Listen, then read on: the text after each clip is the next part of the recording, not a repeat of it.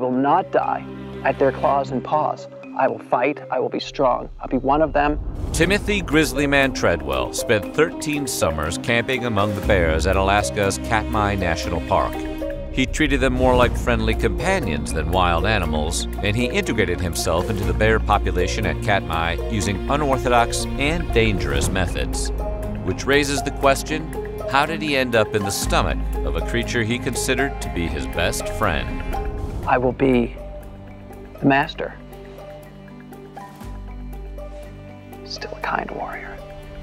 Today, we're going to take a look at everything that had to go wrong for Grizzly Man Timothy Treadwell to meet his fate.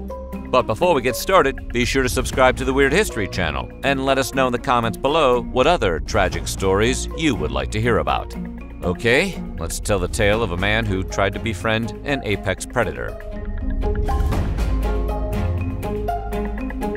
The brown bears of Alaska usually start prepping for winter in September. Knowing that's when the bears' appetites are on the rise, that's also when most of the bear watchers leave Katmai National Park. Indeed, on September 26th, Treadwell and his girlfriend, Amy Huguenard, packed up their camp in Kaflia Bay and headed to the airport. Once there, though, the couple had a change of heart. Treadwell was upset that he hadn't seen his favorite bear, a female he had named Downy. He also noted that the weather forecast was calling for rain. That meant more fish would be moving through the bay's waterways, attracting more bears. Treadwell was also put off by the cost of plane tickets back to his home state of California. After a verbal altercation with an airline employee, he decided to return to the park. The couple knew what they were up against. September was a dangerous month in the park due to all the hungry, feeding bears. In a letter dated September 2nd, Treadwell told friends, "I'm going to make it, unless one of the unfriendly bears gets me." Kaflia Bay along the Alaskan Gulf Coast was one of Treadwell's favorite spots for bear watching, and he spent time there every summer. In his 1997 book, Among Grizzlies, he labeled this part of Katmai National Park the Grizzly Maze, because in order to access it, campers had to navigate the web of intersecting grizzly trails in the thick brush surrounding the bay. Treadwell and Huguenard ventured back to the park on September 29th. In order to remain undetected by the Park Service, who'd recently imposed a new rule that primitive campsites had to be moved every 5 days, the couple traveled deep into the maze. Despite the fact that Treadwell had witnessed some alarming bear behavior while in the maze the previous August, he still set up camp in the most isolated part of it. Treadwell wrote on August 21st, "Much danger for me. I felt a great deal of paranoia, and rightfully so." He also mentioned that a nearby creek was loaded with bears and trouble. In addition to traveling deep into the Grizzly Maze, Treadwell also made the risky decision to establish his camp along one of the major bear trails. He was intent on instigating as many bear encounters as possible, and the location would make that easy for him. According to biologist Larry Van Dale, Treadwell chose the spot he did to ensure that bears wishing to traverse the area would have had to either wade into the nearby lake or walk right next to the tent. In Van Dale's estimation, a person could not have designed a more dangerous location to set up a camp. And it wasn't a choice made out of ignorance. Videos found in Treadwell's tent indicate he understood exactly what he was doing. Yet he was convinced the bears wouldn't harm him because he thought they were his friends. Convinced he had nothing to fear, Treadwell ditched his bear spray and opted not to surround his camp with an electric fence. While there is no evidence pepper spray causes any long-term damage to bears, and other experts put electric fences around their camps, Treadwell felt these safety devices were unfair to the bears. He decided to go without. Treadwell's friends had routinely questioned his tactics throughout his career. They were worried he would wind up getting mauled, but he would just say, "If it happens, it happens." To Larry Van Dale, it was the choice to forego any defensive methods or bear deterrents in the camp that sealed Treadwell and Huguenard's fate. In the summer of 2003, Treadwell wrote a letter to a friend in which he observed that a few bears at his camp were more aggressive than usual. Some scientists now believe this behavior was caused by the lack of food that year. Salmon and berries were sparse due to a series of recent droughts. As the hibernation season approached, which lasts from November to April, the bears were desperate to fatten up. They were fighting each other for food and scavenging with less care and less hesitation than normal. Treadwell knew these bears and their habits well, but he didn't think twice about staying put. In his mind, his decision to remain in Alaska past the summer season was paying off. Thanks to steady rainfall, salmon populations soared that early October, and he was there to witness it. Just 2 days before his body was found, Treadwell wrote of the experience, "We made the best friggin' choice of our lives. Once the rain settled down, boy, it was amazing out here."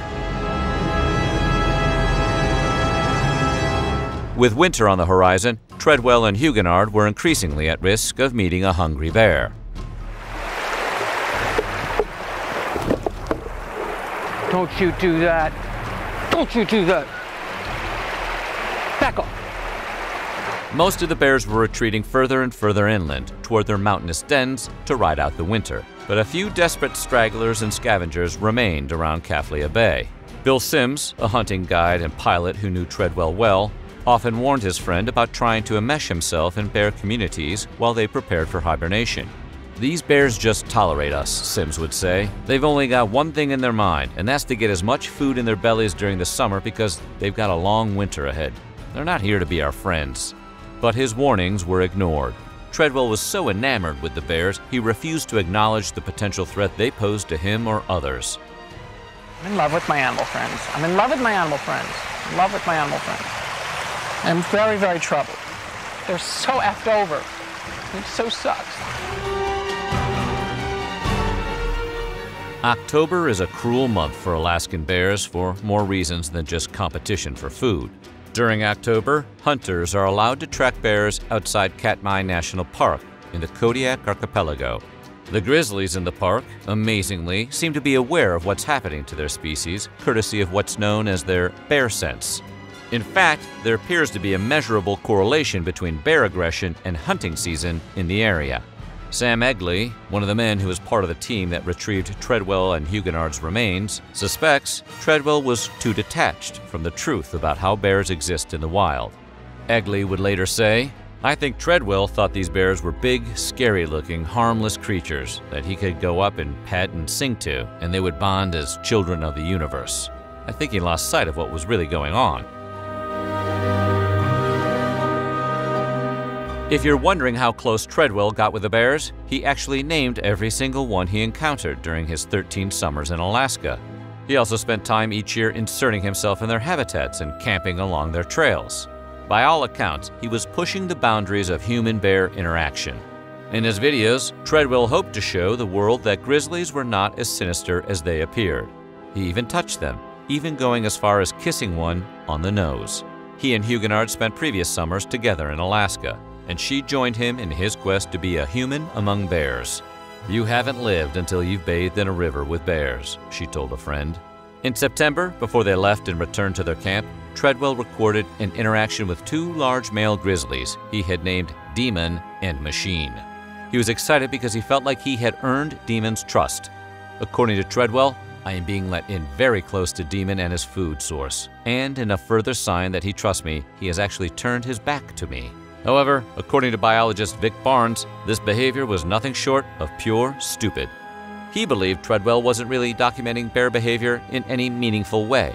Rather, he was just obsessed with his own personal relationship with them. The concept of the 25th grizzly refers to the kind of bear that tolerates no man or bear, one that will maul without bias. Treadwell was very familiar with this concept, having written about it in his book. The way Treadwell behaved toward the grizzlies Demon and Machine even implied he believed they met the qualifications to be considered 25ths. He told Huguenard to keep her distance, but video evidence shows neither bear was interested in them at the time. Despite this, Treadwell was fixated on becoming their friend. He believed that bears identified the smell of people with dangerous poachers. Mythologizing his role in rewriting the narrative of the grizzly bear, he wondered, "How can I communicate to him that I am friend and all the rest are foe?" With no defenses and a campsite that was intentionally placed on a heavily used bear trail, Treadwell and Huguenard's camp caught the attention of a visitor, the 1,000-pound male grizzly Treadwell referred to as the Machine. The interaction likely occurred the night of Sunday, October 5th, and instead of using caution, Treadwell left Huguenard in the tent and approached the bear he heard roaming around their camp. Treadwell recorded audio of the incident, as he did with most of his bear encounters. It begins with him outside the tent, where he meets his fate. For Treadwell, leaving his tent to investigate nearby bears was typical, but the incident escalated as the machine's predatory instinct kicked in. Treadwell and Huguenard's remains were found the next day.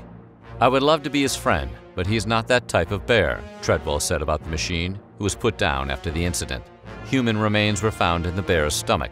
A few days later, a man with the Alaska Troopers told reporters Treadwell knew that he was playing with fire, which was likely part of the appeal. I will die for these animals. I will die for these animals. I will die for these animals.